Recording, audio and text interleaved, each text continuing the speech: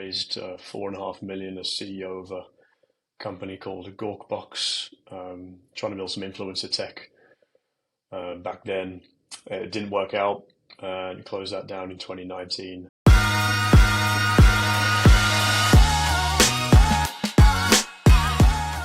Chris, welcome to the podcast. Thanks, Derek. David, nice to see you guys. Yeah, really appreciate you being here. So, hey, for those folks that don't know you, maybe you could give a quick introduction about yourself, some of your professional experience with technology and AI, and some of the projects and companies you're working on right now. Yeah, I'm a Brit in the USA. Moved over here 12 years ago now for a startup in San Francisco.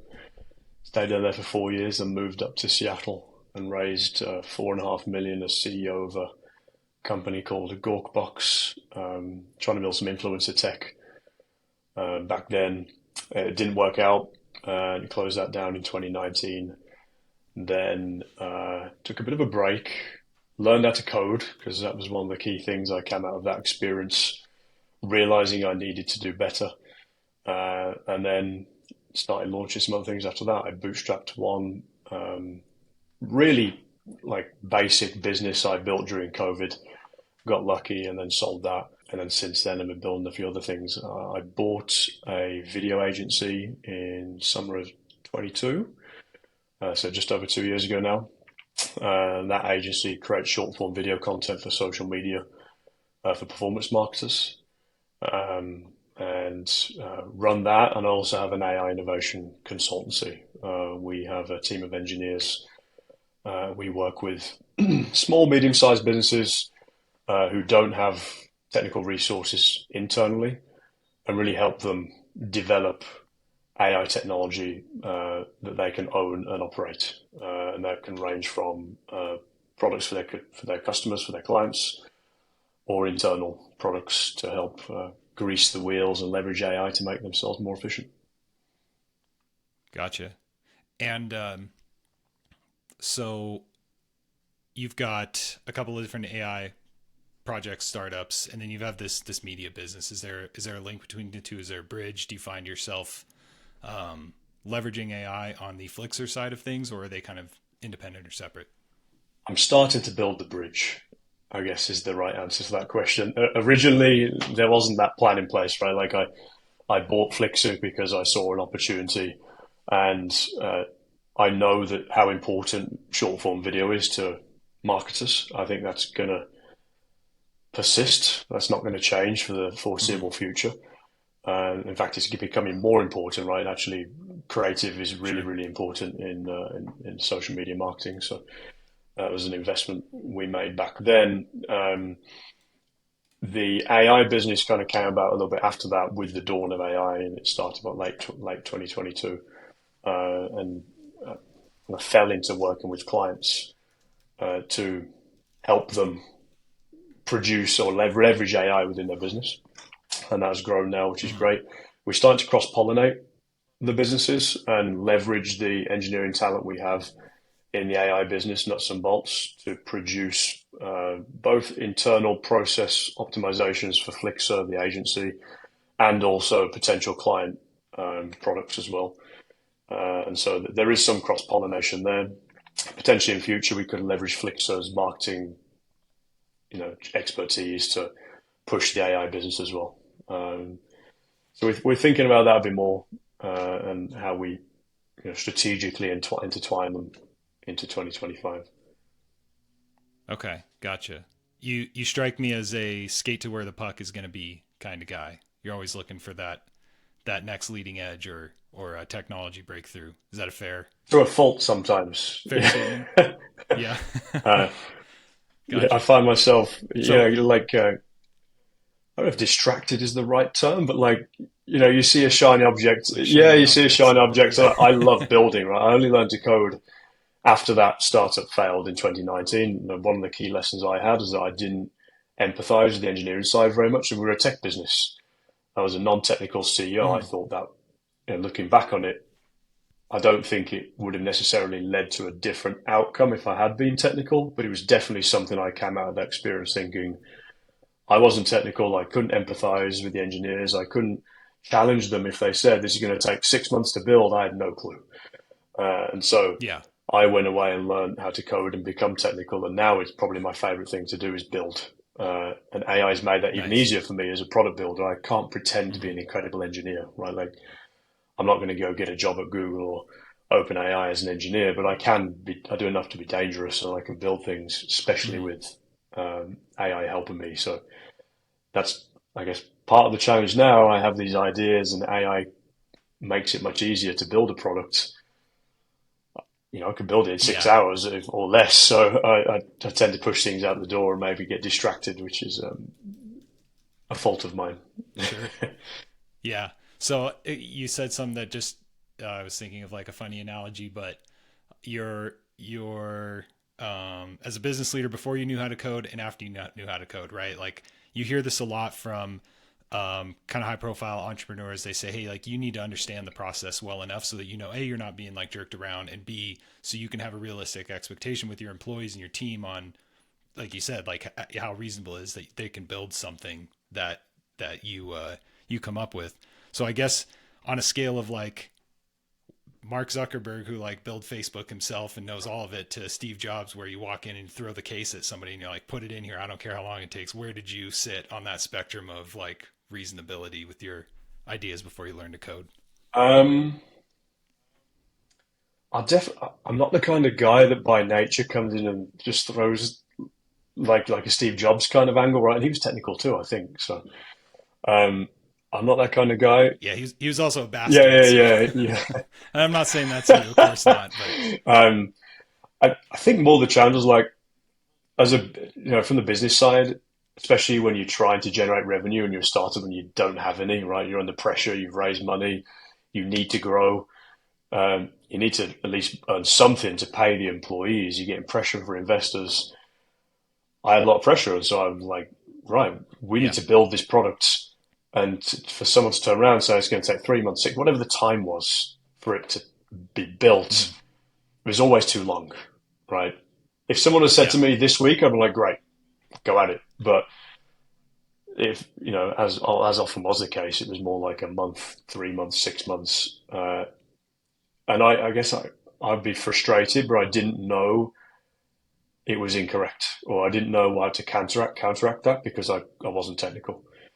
Whereas now, if someone says to mm-hmm. me, if I have an idea and I push it out there, and someone says it's going to take 6 months, I can call bullshit on that straight away, right? Like nothing should take 6 months, in my opinion. Yeah, Everything we do is get stuff out the door within a month, right? Like it has to be built fast, and if it's going to take longer than that, we have to scope it down because there's some problem in the product scope inside if it's going to take that long for me. mm.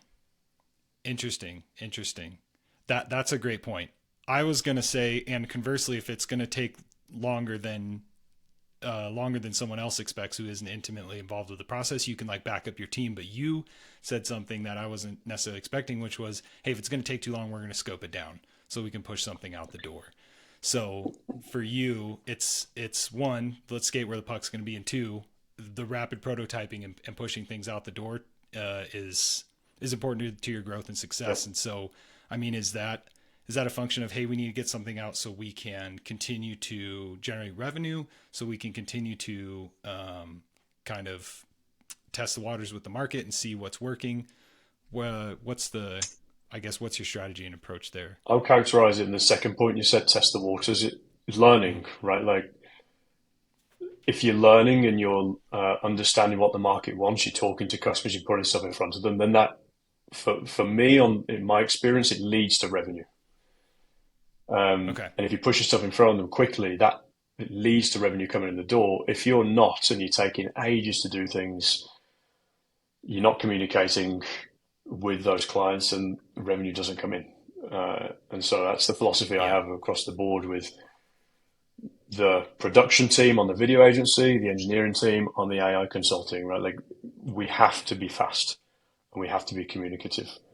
Mm, Because if we're taking so long to do everything, the clients will be wondering where things are and think we're not doing yeah. anything, and that's not where we want to be. So it's all about So speed for us. yeah. So get it out, get feedback, iterate, revise, and improve, Yep. and through that cycle, that's where you continue to satisfy client requirements, increase customer satisfaction, and ultimately drive more revenue because you're building something people want. And ultimately, the first version pretty much always has issues, right? Like you think Yeah. it's going to be perfect, and you put it in front of a client, a user, whoever it might be, and they're like, oh no, this is off. This isn't work. I need this here. You're like, that's always going to be the case. So why not get to the first version as quickly Yeah. as you can? Because then you can start that process off and have the back and So, forth earlier in the process. so that's a great point. And I know for myself, and there's probably a lot of people listening like me, I can be a perfectionist, and I am like, hey, I know I can make this perfect before we deploy it. And so I will sit in either analysis paralysis or planning paralysis or tinkering paralysis until I get the thing right. And, or until I feel it's right. But, you know, I think Leonardo da Vinci is wrongly attributed to saying this quote, but art is never finished. It's just abandoned. I have a problem. Like it's not art. I just need to finish it and get it out. So was that always have you always been like that? Have you always had this mental framework of, hey, we need to get it out? Or was there a point where you were like, you know what, I just have to go for it. I can't, I can't sit around and tinker on this anymore. Cause I'm sure there are folks just like myself listening, like I said, who either need someone to tell them the hard truth or need that kick in the ass to make that leap to start Mm-hmm. putting things out there that are imperfect. Because to your point, nothing you put out is going to be perfect. And honestly, the longer you work on it, the more you're going to be hurt Yep. when someone points out something that they're using it the way you didn't intend them to, or they pointed out a bug or a flaw that you like completely overlook because you're so close to it. So where was that inflection point for you? I definitely wasn't born with it. I'll tell you that. I feel like I was a perfectionist at school all the way through college, like somewhat self-conscious around it as well, and worried about putting stuff out there. Mm, I think it was after I mean, I'll call it a failure where I raised money for that company and shut it down. Um, it isn't really a failure, right? Actually, I probably learned going through that process than almost any other point in my professional career. That's probably when I learned about that. Though, like, right, the reason, not the reason we failed, but one of the reasons we failed was our velocity, right? There was a product I can remember that took us months and months and months to get out the door. Now I look at mm, that product, and yes, AI has made it easy, but I feel like I could build that product myself in like a week or two. Thinking back on it, um, velocity is like a killer for startups. If you're not going fast and you're taking forensic stuff out the door, then you're not really, you're not learning. You're not going to put it in front of clients. And the whole goal is, for me, get feedback from clients, iterate on it from there, and try and make something that incrementally improves as you go on, and then you can grow revenue wise mm. that way. And yeah, Yeah. the notion of perfection is something I don't buy into now, and that's not just with products. It's also I've become a lot more active on pushing on LinkedIn and Twitter, and you I feel like I used to be super self conscious about posting on there. Now I'm just like, you know what, get it out there. It doesn't matter if I get one like on it, I couldn't Yeah. give a shit. Um, some ones I'll get 100 likes on it and comments. It'll lead to business, and actually that's worked out well for us. Posting on LinkedIn pretty much every day. A few times a week, you get people reach out, want access to products, or Mm. it leads to business. And it's from taking down the facade I probably used to have of like fear, facade of fear of, That's all just yeah, self-manufactured. self-manufactured fear of like, what are people going to think about me posting this trash on LinkedIn? And LinkedIn is full of people doing this stuff. You're like, oh, look how righteous Yeah. you are. But now I'm just like, I know. No, I totally get it. It feels like you're holding the mirror up to me right now because I look at some of the other stuff you see on LinkedIn. And it can be really cringy, and you're like, I don't want to be seen as that. But I mean, objectively speaking, I've seen some of the stuff you're posting. They're short, crisp, to the point, and you're like, hey, I did this thing, I innovated. I'm like out here practicing and trying and playing with technologies, and I'm just doing something cool. And there's very little self righteousness, virtue signaling, or just cringe about it, right? And so, I think LinkedIn and in this roundabout way can be a good way to flex that muscle of, hey, just get it out, get over it. It's not going to be perfect, which can then, and that's a small thing, right? That's a really easy, small, relatively LinkedIn post is to like building a product and getting it out. So if there is anybody out there, and I think my takeaway would be that if you're struggling with that, go post on LinkedIn, get yourself out there, or do these small things where you're like, oh, I'm afraid I don't want the feedback, because that's just a muscle. Yeah. Your brain, your body isn't going to recognize whether it's a product or LinkedIn post. The fear is the same, and the more you can get over at, the better you can get Yeah. at it.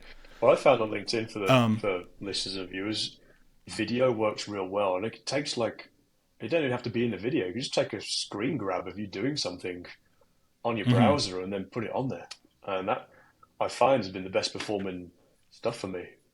It's not like I'm not Nice. typically I might be in some of the videos, but I'm not doing a selfie video where it's all me. It's just if I'm on there, it's me in the corner. Or if I'm sometimes I'm not even on there. I'm not even talking. It's just a walk through a browser. Well, yeah, yeah. And speaking of video, I saw the post you did recently about the AI influencer that you generated. You showed a couple pictures of a woman that didn't exist, and you're like, hey, can you tell? And I think you put her shopping in Walmart, and then you did the other post of the video influencer, and she's like kind of holding the camera and panning, and those looked really good. So clearly, I can see the connection between Flixer and your advertising media business, plus that, right? And especially for the types of ads and creative that you're helping to build for your clients, I can see a world where that's really, really helpful.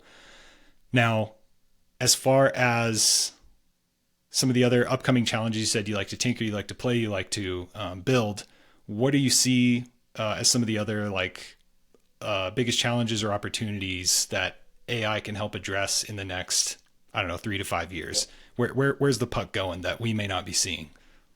It's a good question. I feel like every business wants growth, right? Like everybody's looking for growth, whether you're talking to David or me or anybody out there, they want their business to grow. And so identifying areas that AI can help with revenue generation is something I think about a lot. And we think Hmm. about a lot with Flixer as well. It's not just products our clients will like, it's internal processes or even products that our team can leverage to make us more efficient in growing the business. Something that we've tried exhaustively in the past is cold email. I think pretty much every founder has tried it extensively. Yeah. No one loves doing it, and to be honest, I think No. if you asked most people out there, is it going well?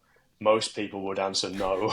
No, it's No, not. I live in that world, and I can confirm that. Yeah. it's tough, right? And we've come up with a few ideas internally, like how can we make that number one more efficient, so not spending so much time on an activity that actually isn't yielding that good a result. And number two, are there different ideas around it that um, we could leverage AI for that might increase the efficiency, not accuracy, but increase the result Mm-hmm. right of our activity. So we built a spreadsheet tool. We have an SDR offshore in the Philippines, and we've used things like Clay in the past, but it's just kind of too complicated. You need a PhD to get this stuff set up. We wanted something that's Mm-hmm. super easy, like lowest common denominator for a fairly entry level employee. Like give them this very simple process to follow and just start moving, right? Like instead of spending hours and hours trying to build these flows in Clay or try and find people, so we built a spreadsheet where they just have to add in a list of companies, and that goes and enriches with AI. It actually goes scrape that uses Firecrawl, so you can find out there's a really interesting tool to go and scrape the website, make it LLM ready. You can extract a ton of information that way really easily. Um, I saw that. It was it's impressive. cool, yeah. And then we hook into different APIs to gather the people, and we do the same research on the people too. So we analyze their LinkedIn profile with AI, have it then like look at their key buyer motivation, have it draft an email, and we can even send the email from the spreadsheet. The emails aren't great, like AI. I've not found AI very good for drafting emails yet. As much context as we give it, it still seems a little too, for me, like exaggerated. It feels too AI, so we often end up Yeah. changing the email. But the information's in there Sure. for us to, look at that person and say, what was their last LinkedIn post? What could they be interested in? Is there some information here we can leverage in that email? Um, so we do. That's Mm-hmm. one tool we built. We have a Slack bot that we use, like an AI sales assistant. It's useful for just finding people's contact information. Number one, we tag it and say, find the contact Yep. information of this group of people. It will go do that. We also And it's in Slack. You just mention it in mentioned, Slack, and it yeah, goes yeah, and does it. I love yeah, it's that. super. I love text based interfaces like that. I think that's honestly way cooler than having a super complicated app. Sorry to Same. I interrupt you. mean, actually, I use that more than the spreadsheet tool. Our SDR uses the spreadsheet tool, but I Okay. use a Slack box. I'm in Slack all the time. So I consistently, I'll upload a CSV and say, find me emails of these people. And all we need is the name and the company name. It will go and do the rest. And it uses Serpa. If you're familiar with that, it's like a Google search engine API, basically. We use Serpa to pull more Okay. information, get the LinkedIn profile, get the company domain, and then we use different data providers to get the information, get the contact info. And then it does that in like 10 seconds for 100 leads. Like it's super interesting. Amazing. We also have it track our existing accounts and target accounts, and it does this every single week. We pull the press mentions, pull in a LinkedIn profile, the company LinkedIn posts, look at the website and the blog, and we have AI summarize any updates that have happened in the last week on that company. And in our advertising business, that's interesting because we look for companies that are launching new products. And if they Hmm. launch a new game, as an example, we want to know about it. We don't always get that information from the client, but it's often in the press or on the website. So having that summarized in Slack on a weekly basis is really cool. And we can action on it then. Say, okay, company A Mm. launched this game. We used that and actually closed a big Yeah. deal with it early September when we got that piece of information. Nice.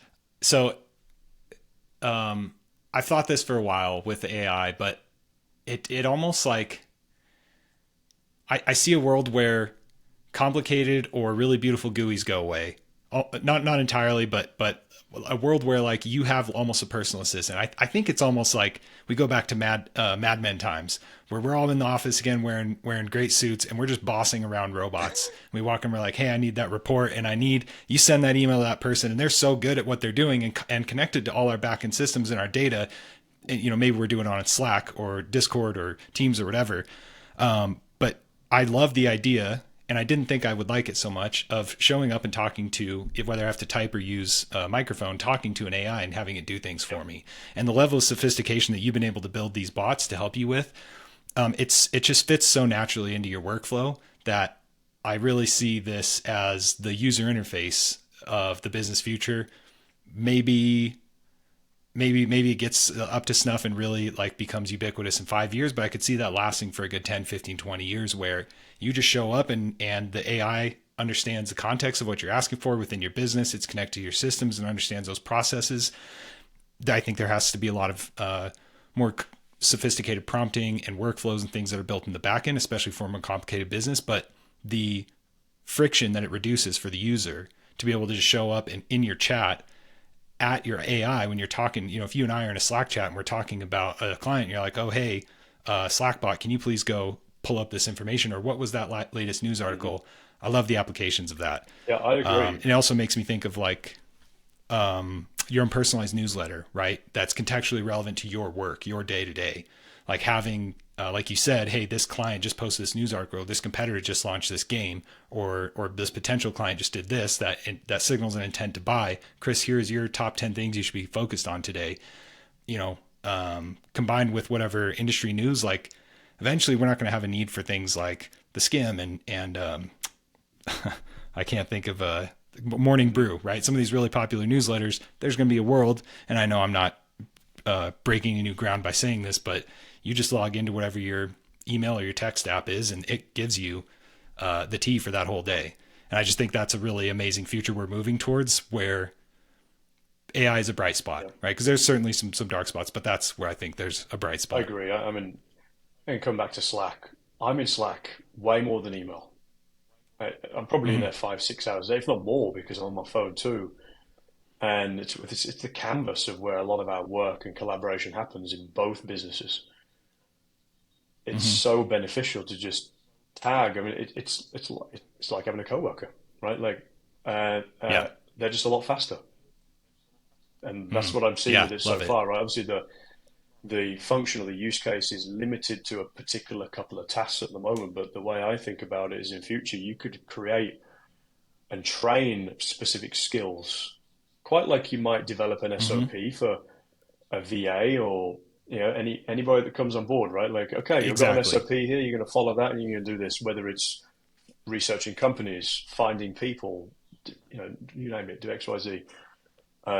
We could take an SOP, we can train that agent or coworker based on that SOP, and then deploy it in Slack. And so that either it happens when you tag it, like reactively to you, or it's proactive, and that might come in on a Hmm. weekly basis, like we're doing with the digest right now.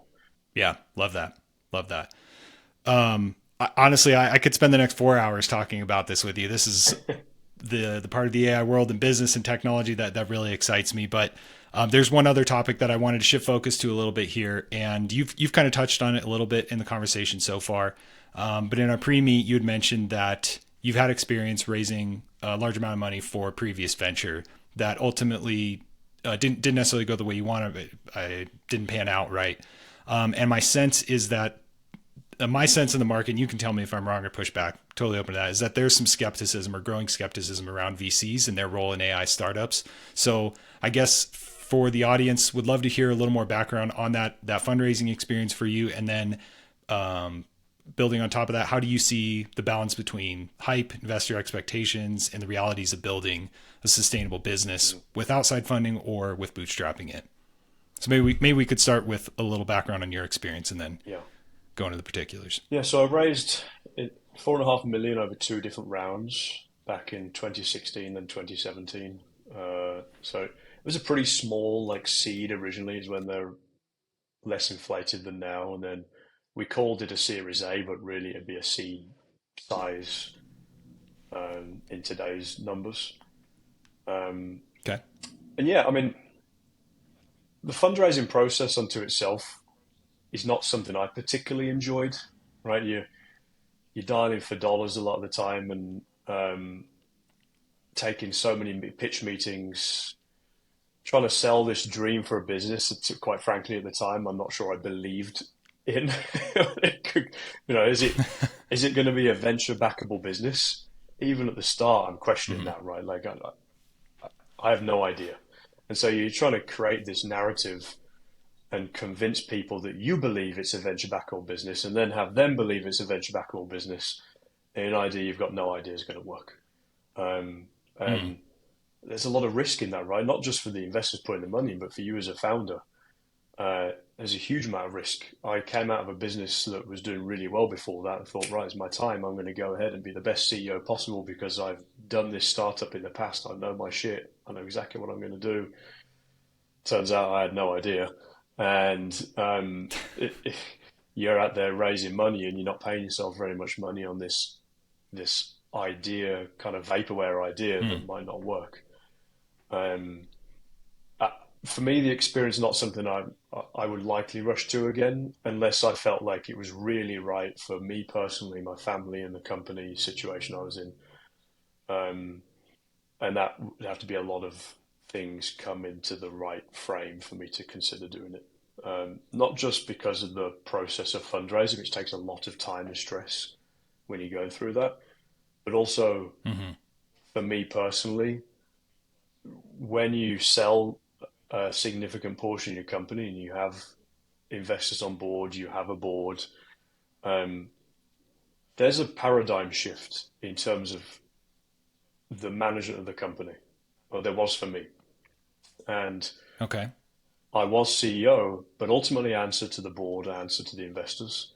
And for someone who struggles a little bit with um, manager authority, I would say, and you know, I've always said, I'll say to my wife, like, I'm never going to have a boss again. Like, it's something I really struggle with. Um, Okay. it's something I found difficult. Right? Like, I felt like I had Mm. imposter syndrome. I wasn't quite sure how to operate in those board meetings. I wanted to do things and have control my way, but instead, that wasn't the case. Whereas now, everything I do is bootstrapped. I'm not beholden to anybody. I have the flexibility to run it how I want to run it. And if I get it wrong, I get it wrong, right? Like, it's on me. Mm-hmm. I'm okay with that. Um, but I don't have that kind of looking over my shoulder or looking up the entire time, worrying about if Mm, I'm doing the right thing or not. I have a lot more control right now. And that's just, not right for everybody, right? Some businesses need sure. that capital to grow. That's just not the way I am going to run my businesses moving forward. And I also feel like Mm, I can build more, wealth this way. A lot of us do this not only for the flexibility, and we're ambitious, we want to run our own companies, but also because you want to make money doing it. Um, I mm. feel like I can make more money bootstrapping something, some things, than going the VC route, which Yeah. has, it's a long shot a lot of the time when you go in the VC route.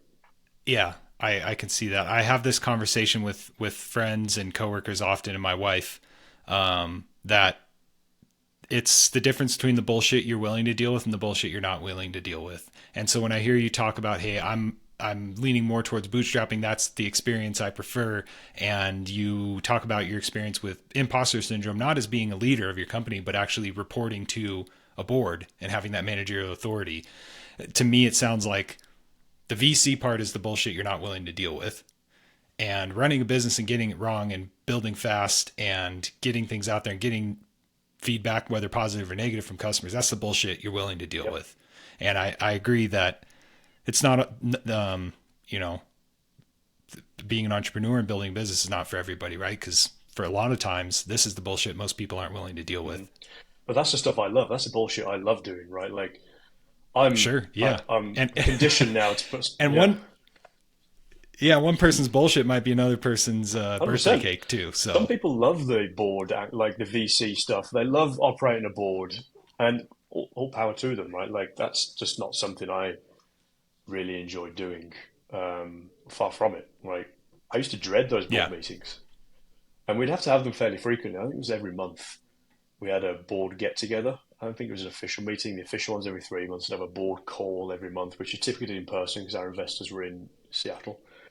And it just, I used to, I don't say dread, but I really didn't look forward to them. And the prep that had to go along with it, like justifying things we were doing, that is such a big headache. It takes away from actually executing in a business. And now I don't have that, right? Like I can just worry about executing and mobilizing the team. mm, And also things to be said, like I enjoy traveling. I just spend time with my family. And if I don't think a VC is going to look at you wanting to go on a 5 week trip with your family to Europe in the summer and really like favorably. You should be here yeah, driving the business forward. What are you playing at? Whereas yeah.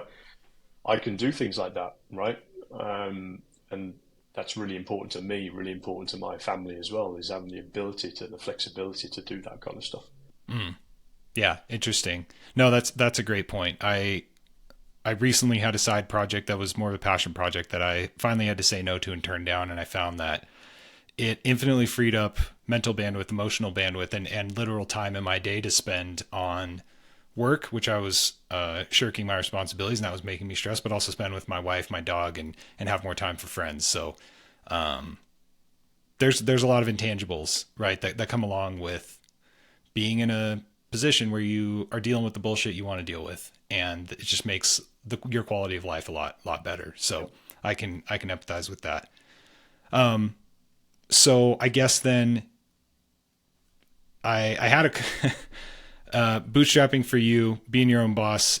I heard you say earlier there may be a world in which you really felt strongly you needed outside funding, but as far as you could manage in a perfect world, you're gonna own the keys to your own castle here. It's the, I guess, success or failure of your businesses, financially speaking, is gonna you're gonna own as much of that as you possibly can moving forward.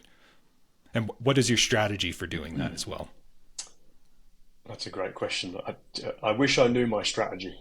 I don't Okay. think, I'm not sure if you ask too many entrepreneurs, they fully know that, right? Like, Sure. I, Well, I heard you say earlier on the pre-read, and I think this goes along with your ethos of building quickly and getting feedback. Like, put stuff out there, see what tracks, kind of reinvest deeper into that, and then also branch off and see if you can't throw out more seeds. And as they kind of, so yep, there's a prototype rapid development approach, whereas other folks might say I'm going to lean into this one thing and continue to milk that, and we're going to go really deep. Yeah, I'm more of the kind of super spreader. Want to spread the seeds as far and wide as I can, let them Yeah. germinate.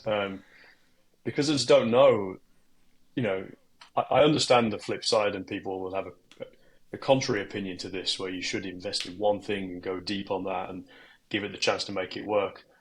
I feel like you can get signal pretty quickly on whether something's going to work or not. So, can we put a Mm. few things out there, invest in trying to get signal behind those, and if that signal's not there, we'll throw them in the garbage, right? Like, not emotionally tied to anything we build, and that's okay, right? Yeah.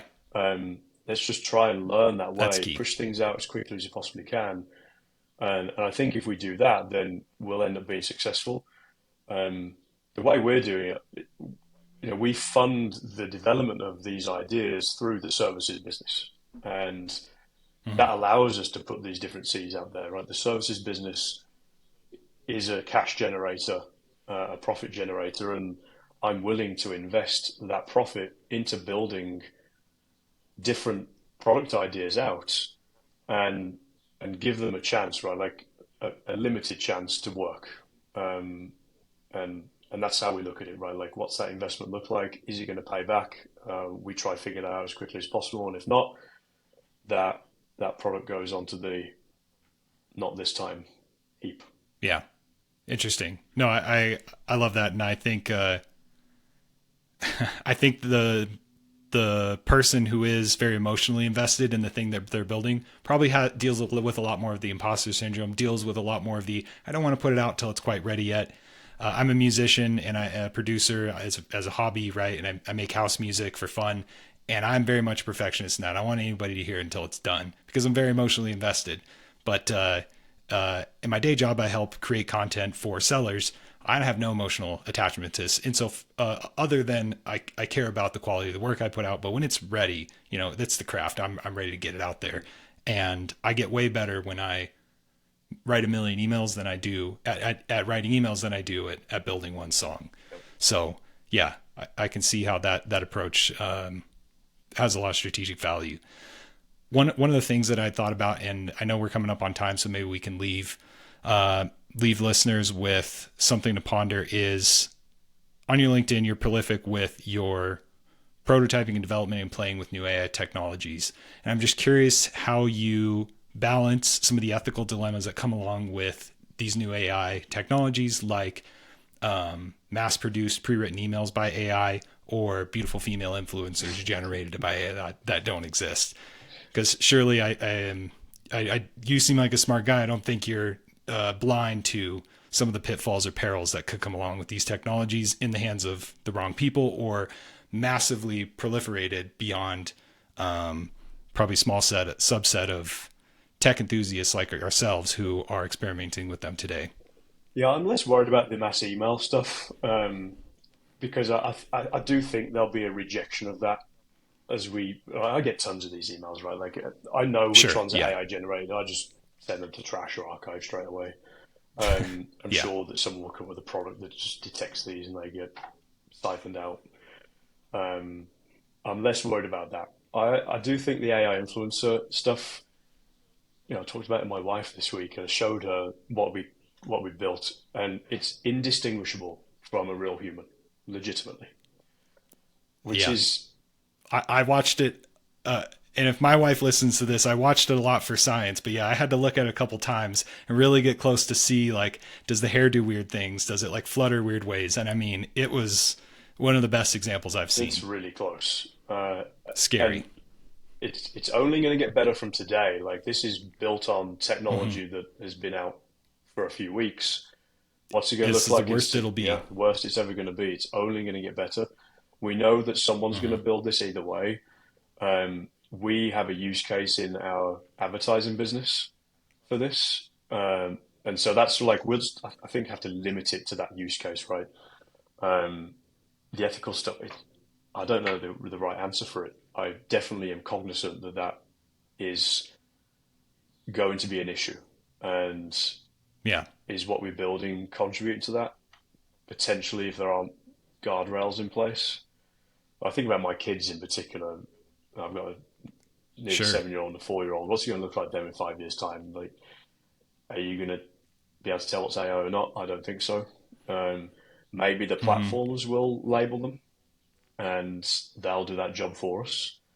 Maybe they won't be able to tell. Maybe there'll be new social media then that is human only and they don't open up to AI content or Mm. somehow detect it. I think it's going to be interesting Yeah, to tell. Interested to see it how that is. goes over time. Yeah.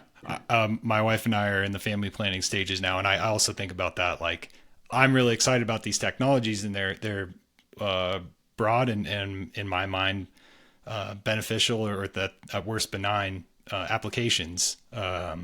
But also, like, I'm going to bring children into this world, and I'm going to have to explain to my son or daughter someday about not only social media, which is it was incredibly hard for me to navigate at a young kid when I was like 12 and MySpace came out, you know, but also like how to navigate it with AI Mm. and things that you can't really tell are real or not. So I think voice is going to yeah, be a on the problem one hand, too. yeah, Like I played with yeah, a few voice platforms.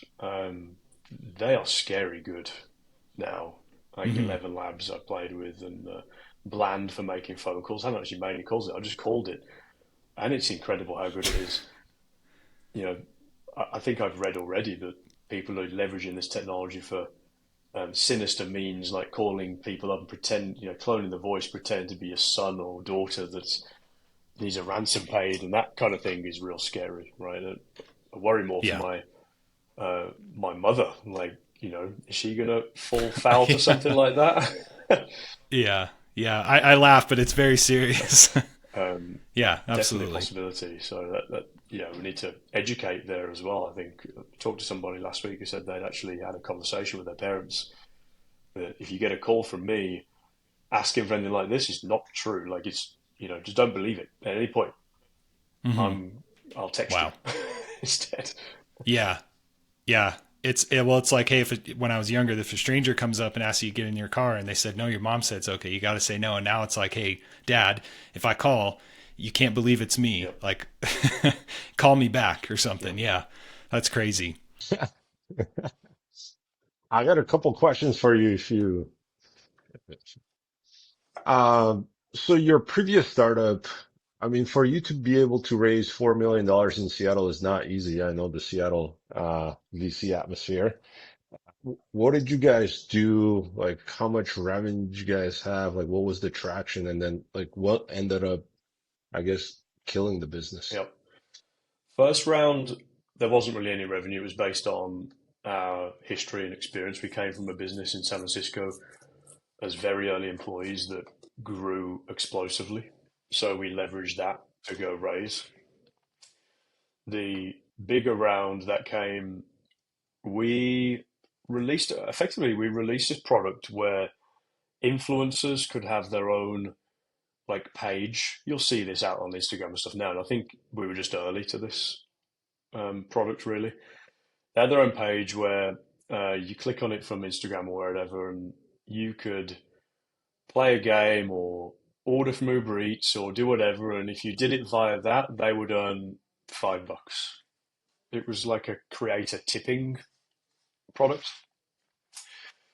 When we first launched it, we were the first ones to market with this product, and it grew real fast. Like it went from zero to making 10 grand a day in I would say 2 weeks, and we leveraged that at that point. Knew we thought we had lightning in a bottle, so we went straight out to market to fundraise and got it done pretty quick because of that growth. It was probably about a week after we raised the money that it just suddenly fell apart, and making that much money a day and just like sunk way down because it was like an advertising platform, right? Like the advertisers come in, they were effectively paying for the user who was tipping the content creator. There's a lot of fraud involved, so they'd have fake users come in and do it to get more money. The users that did uh, tip them weren't actually interested in the product; they just did the lowest thing possible to generate the tip, and then they bounced, so their retention was bad. And so the advertisers who were paying for that, they very quickly turned around and said, well, we can't pay this amount of money for these anymore. We've got to pay 10 cents instead because the quality of it is garbage. Quality of the traffic's bad. And that completely blew that business model up. So we had to change course. We just never really found the way to do it. Um, there are businesses that came up after that, I think, figured out that incentivized traffic problem in a better way than we did and became successful. In fact, I know my old company who I came from in 2016, who were really successful, they bought a business that did something very similar for 100 million in 2022. So maybe if we'd have stayed the course, we could have got to that point. But um, even that business, after it got acquired, struggled as well. It's an agency business ultimately, right? Like it's tough to build tech around influencers, like automated tech, because ultimately they're humans. They're posting on YouTube, they're posting on Instagram. They're third-party platforms you don't own, so you're reliant on people doing off-platform activities to earn money, and it turns into an agency kind of game, which agencies are not great for VC businesses, right?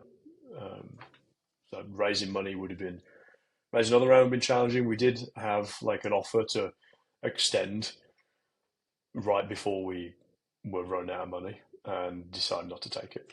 Didn't think it was the right thing to do. Uh, I didn't believe in the future of the business at that point, and it would have been wrong to take that money. Sounds good. Sounds good. Yeah, makes sense. I just figured maybe there's like some kind of a story behind this where maybe VCs uh weren't there to support you, but it sounds like they were quite supportive. It's just the wrong business model or business model that didn't make sense. Some VCs were supportive, some weren't, right? Like the empathy, um, going through a shutdown is really, really hard, right? Like your income's going away. I just had a kid at the time, totally reliant on my wife's income. I wasn't getting paid at the end because we weren't making any money. I was about to lay off 20 people, which is rough. Um, I found that the VCs that have been operators in the past, they got it. They would call and like, "How you doing personally?" First question. The ones that hadn't, it was more difficult. Um, and I think maybe just because they hadn't been through it, and that wasn't their first question or even helpful on that side, right? Like I've the experience I had. Um, I had one guy who was incredible going through it. He was just like, "How you doing personally?" That's the most important thing, right? Like this, every every every business goes through ups and downs. Like he had had a business in the past that failed, and so he could empathize with me and where I was personally and how challenged it was. I think if you've been through it, then that empathy level, I mean, I found that way more significant, way more important than the more transactional, less emotional side that I got from other folks. And Chris, if you had to give advice to an aspiring founder or someone who's looking to bring on more VCs or get investor funding for your first time, could you give a framework for the kind of VC or a framework to help qualify the kind of VC you would want to work with, that you recommend somebody works with, assuming you had your pick of the litter, of course, or maybe some things to stay away from, some red flags? Yeah, I mean, it's been a long time for me, right? So 5 years since I shut that company down, so the advice is somewhat stale, I guess. But if I was to do it again, I would look for investors that have been operators in the past, had started a business, not necessarily failed, right? Like if they failed, Mm-hmm. great. At least I know they've been through some tough times. But at least someone has been a CEO or a co-founder of business, and what was that journey like? Because I'd want to ask them about that, and they have the empathy at Mm. that point. And not every VC's done that, right? They've been the other side of it, and they've obviously got tons of experience seeing lots of different companies from the VC side of it. But if they haven't actually run a business themselves, um, then they haven't been in the seat itself. And that's something I would feel pretty. It would be important to me raising again.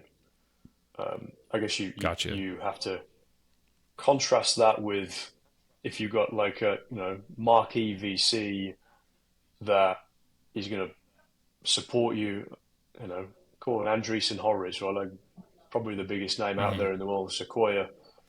And if you've got a partner that hasn't been an operator, you still consider taking the money because they are such a big name and they can make such a big difference, right? Like you have to contrast it with that, I guess. Um, Hmm. but I would index towards the people who've operated before. Gotcha. And maybe, I mean, it sounds like there is also an element of how mature are you in your journey with this business? How mature are you as an entrepreneur, right? Like maybe someone has done this before. It's not their first rodeo. They need someone that's less involved. Like, hey, give me the money. I trust me. I got this. That too, yeah. So it's not necessarily good or bad. It's kind of your situation. Is that That's a fair? great point. My business, when I raised money for that, I was the first time CEO. I'd had a bunch of ideas Mm-hmm. before and try launch them, but actually hadn't run a business. This was the first time, and being a first time contributed to the imposter syndrome I had. Hmm. If I was to do it again now and raise money again, number one, I would only do it in circumstances that I have more leverage, I have more control, and I really need it. I felt like it was going to take the business to the moon. Uh, Mm-hmm. I'd be more strategic about it, and given I'm 10 years down the line, or 8 years down the line since I launched that business, and I have a lot more experience now. I've been through a transaction where I've sold, I've been through a transaction I've bought, I've run as CEO of bootstrap businesses. I have a lot more experience doing that than I Mm-hmm. used to. And so maybe it would Mm-hmm. go differently. And speaking of bootstrapping, we've talked about kind of your strategy for being a super spreader and generating revenue, but like, what's kind of your secret sauce for customer acquisition? So, I mean, most of the businesses that you've told me about are B2B or client, agency services. What does, what does your customer acquisition strategy look like? I guess, what are some of your tips or key focus areas in that regard? We test different things out there too, because I don't think any one strategy seems to work persistently. Say we've tried a lot of cold outbound. It's, cold outbound has not been that successful. Yes, we've closed a couple of fairly big deals here or there, so we keep doing it. But we also have a content strategy. We do a podcast as well, focused on creative folks. Um, we have a marketing team that are trying to push out as much content as possible. Something we've had a decent amount of success with recently is referrals. And actually, if I look at our Okay. business on the agency side, probably 70% of our revenue is a referral based revenue. So we did come up with a tool to build there as well. Understand from our list of like closest clients, we take a list of 20 folks. We pulled all their LinkedIn connections, and then we Mm-hmm. went into each of those connections. We built a tool to do this and scrape their history and look for overlaps. And we've used that to then go out Mm. and ask those key clients with a specific referral ask. Will you introduce us to XYZ at this company? Rather than before we did a blanket, oh, refer us and you'll get a free video. No one cares about that. Mm. And without the like clear direction, it wasn't happening. So as soon as we switched that strategy to refer us to Jane Smith at company X, we've had a lot more success with it, and we get those referrals come in. We've got two this week, which could be really impactful for the business. Um, And what do you mean by overlaps? our our hypothesis is that it's much easier for you to introduce somebody who you've worked with in the past than Mm. if you haven't. So if I take my LinkedIn profile as an example, I have like 6,000 connections on there, and I've had a few people do this before. Can you introduce me to this person? I'm like, I don't know this person. They're just a connection on LinkedIn. I have no Yeah. idea who this person is. I might have Gotcha. talked to Yeah. them 15 Okay. years ago, but I have no clue, no relationship with them. Like, you might as well go cold. There's no chance they're going to listen to me. Might be worse if I Yeah, it could introduce be you at this worse. point. And so we went at it and said, okay, we tested it first with two really close customers, and we went through their LinkedIn profile manually. We looked at where they Mm. worked in the past, and then we said, okay, who's working at those companies now? And we looked at their connections. We did like this web basically we built manually, Gotcha. and we just said, okay, imagine Derek, you worked at Google 5 years ago, and you were there the same time as David. The chances are you might have a relationship with David and you might feel comfortable Mm. referring us versus This other connection, you've got no idea who they are. And so that's Gotcha. what we poked into, and we've had good success with it so far. So we then Gotcha. built the tool to automate that because it takes a long time to manually scour and build that web. And we use AI just to we look at each of their connections history, like where have they worked in the last 10 years, match that up to the client, the client who we're looking for, and then we just Hmm. highlight that list. Okay, you've worked at the same place at this company as John Smith. We would love an intro to John Smith at this company. Nice. And when you say AI, you're like literally an LLM. Is that what you're We using? scrape Gotcha. so Rapid API for the LinkedIn data, and then we have the LLM look over the data and then ultimately pull out who the matches are. Gotcha. Very nice. The product, yeah, the product that you build, does it do that for you, or like, how do you use your lead gen product or the spreadsheet product? That's separate to the spreadsheet product. That spreadsheet product is just cold outbound. We input a list of company URLs, LinkedIn profile URLs, Mhm. and we have parameters set up. So our target job titles are creative, marketing, user acquisition, growth, something like that. Mhm. It pulls all the people that work at those companies automatically, and then it does the research on the company and the person, all in that sheet. And so then we can refer to that research and draft an email and hit go. And it sends the email from the sheet too, so you can just send emails by checking the box. Super easy. So you haven't got to go back and forth through email, put it in your email, and hit send. It just makes it operationally more efficient. And, and and then the spreadsheet gathers, or like, you have the information about someone's, what's on someone's LinkedIn profile in the spreadsheet. It pulls that Yep, data. we get. I think, yeah, that's useful. And does it do any kind of like psycho whatever analysis? You know what I'm talking about? Like it analyzes kind of like what their, like what's their personality and stuff like that. You know what I'm talking about? Like, have you seen one of No, those that's tools? interesting. We do a biomotivation analysis, like why would they buy your product, and when we try to use that in the email draft. Uh-huh. So the solution actually drafts an email initially, drafts a subject line, drafts an email. It's just AI does not do a great job of drafting Okay. emails, in my opinion. It doesn't do it in my voice. However much I might feed it Mhm. context, I'm not getting great emails out. So oftentimes we end up just changing that anyway. But yeah, it does the biomotivation. We could pretty easily add in like some psychoanalysis stuff in there. I think an LLM would do a really good job of that. Just feed it the LinkedIn profile data and ask it to, I don't know exactly what the prompt might be, but I'm pretty sure it would do a good job of analyzing someone's LinkedIn profile and giving you a psychoanalysis you could use in an email.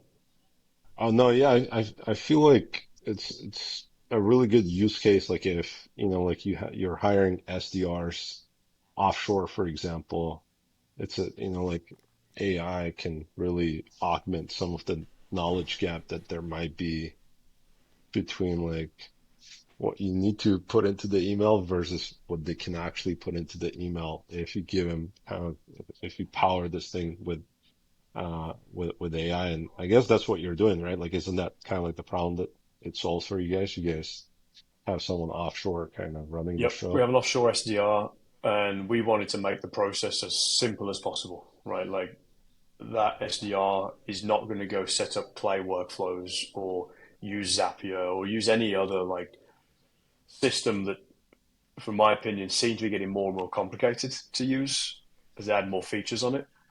We want to strip it Mhm. back, right? Everybody's familiar with a spreadsheet, pretty much. I don't think I've met anybody that can't use a spreadsheet in a long time. And all they have to do is paste values into this column. It will literally do everything else for you.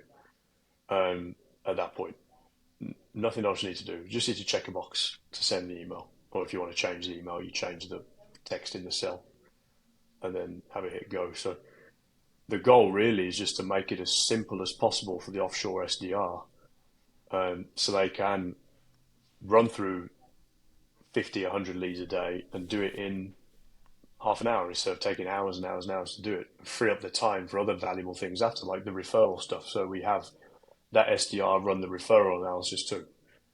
And we get a lot of bang for our buck with the referrals on top of that. So really not just We don't want to spend 8 hours a day trying to cold email, where cold email, the ROI on it, quite frankly, is not great, right? Like, even though we have that tool to send out more email, it doesn't mean you get more results, right? Like, it's still challenging to get deals across the line via cold email. So we want some time spent on that, free up more time to do some referrals. Can we have more marketing content? Like, she posts on our LinkedIn as well. Like, free up more time to have this kind of diverse activity that we feel like is going to be better Mhm. for us than just spending all day cold emailing. I like it. I'm going to sign up for today or tomorrow. It's an impressive tool, Chris. I'm always blown away by I mean, just the stuff that Google Sheets can do. Like, you think, well, it's just a spreadsheet. What really can it do? But Google has created a really incredible platform in their Google Apps and Sheets to be able to do to make. I mean, what are effectively really complicated and sophisticated processes behind the scenes incredibly simple through the interface of a spreadsheet. So I think you really hit, nailed that intersection there of simplicity for the user, but really what it's doing in the back end behind the scenes for the user is quite sophisticated and saving them a lot of time. Yeah. So hats off to you guys for that. Sweet. Yeah, Google Sheets is great. Like, that's actually how I learned to code originally, was Google AppScript. I took a AppScript Nice. course, which is like some version of JavaScript, and it was like super empowering because you could build anything into a spreadsheet then, which is really Mm-hmm. cool. Like, obviously spreadsheets are by their nature pretty manual, right? Like, copy paste data, you're moving it around. I could always think of ideas to automate my spreadsheet work, and that's where I started. Yeah. I find myself using ChatGPT now to write app sheets scripts or even Apple scripts to just automate like renaming hundreds of files on my Yep, computer that I need to yep. reorganize. It's great how much power you can get, and I don't know how to code whatsoever. I just know how to copy and paste it in the thing and run the app. So yeah, but the democratization and like the barriers or like barriers to entry that platforms like that plus combination of LLMs have been able to reduce for common users like myself, and then someone like you who has the wherewithal and time and desire to learn just even a little bit of coding. It can really open up the world Mhm. for you to create and implement new ideas. Have you used Cursor or Replit agent? I've seen that. I've not used Replit. I saw it. I saw you link to it on your LinkedIn, and I did some digging, but no, not yet. It's amazing. You can go in and actually give it you have to give it a detailed prompt of what you want to build, but Hmm. it will walk through and build it for you and present you the different stages. This is what I've got so far. What do you think? Can you test it? And you test it. If it's all okay, you give it the okay, go to the next stage. If there's something wrong, you tell it. It will legitimately create the platform from scratch for you. I think there's still that extra Wow. 20% you need to go, like deployments and bug fixing that it doesn't always do a great job of. But it's a huge time saver in getting something spun up off the ground. It's even versus Nice. 4 weeks ago, and they launched it 4 weeks ago, maybe. It was kind of janky then. Even now, a month later, it's a lot better. I used it to initiate the front end for that AI influencer program. And I'm not a Mm, front end guy. I build in Python normally now, so I'm back end. And it did basically the whole thing for me.